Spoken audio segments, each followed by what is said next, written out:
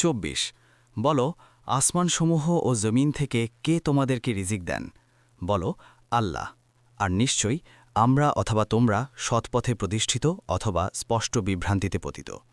২৫ বলো, আমরা যে অপরাধ করছি সে ব্যাপারে তোমাদেরকে জিজ্ঞাসা করা হবে না, আর তোমরা যা করো সে সম্পর্কে আমাদেরকেও জিজ্ঞাসা করা হবে না। ২৬ বলো, আমাদের রব আমাদেরকে একত্র করবেন, তারপর তিনি আমাদের মধ্যে সঠিকভাবে ফয়সালা করবেন, আর তিনি শ্রেষ্ঠ ফয়সালাকারী ও সম্যক পরিজ্ঞাত। ২৭ বলো, তোমরা আমাকে দেখাও তো, তোমরা যাদেরকে তার সাথে শরিক হিসেবে যুক্ত করেছ, তারা কোন সত্তা? কক্ষণও নয়, বরং তিনি আল্লাহ, মহাপরাক্রমশালী, মহাপ্রজ্ঞাময়। ২৮ আর আমি তো কেবল তোমাকে সমগ্র মানবজাতির জন্য সুসংবাদদাতা ও সতর্ককারী হিসেবে প্রেরণ করেছি, কিন্তু অধিকাংশ মানুষ জানে না।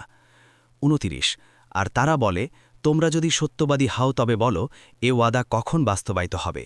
৩০ বলো, তোমাদের জন্য রয়েছে একটি দিনের ওয়াদা, যা থেকে তোমরা মুহূর্তকাল বিলম্বিত করতে পারবে না, আর ত্বরান্বিতও করতে পারবে না। ৩১ আর কাফিরগণ বলে, আমরা কখনও এ কুরআনের প্রতি ঈমান আনব না এবং এর পূর্ববর্তী কোনো কিতাবের প্রতিও না। আর তুমি যদি দেখতে জালিমদেরকে যখন তাদের রবের কাছে দাঁড় করিয়ে দেয়া হবে, তখন তারা পরস্পর বাদানুবাদ করতে থাকবে।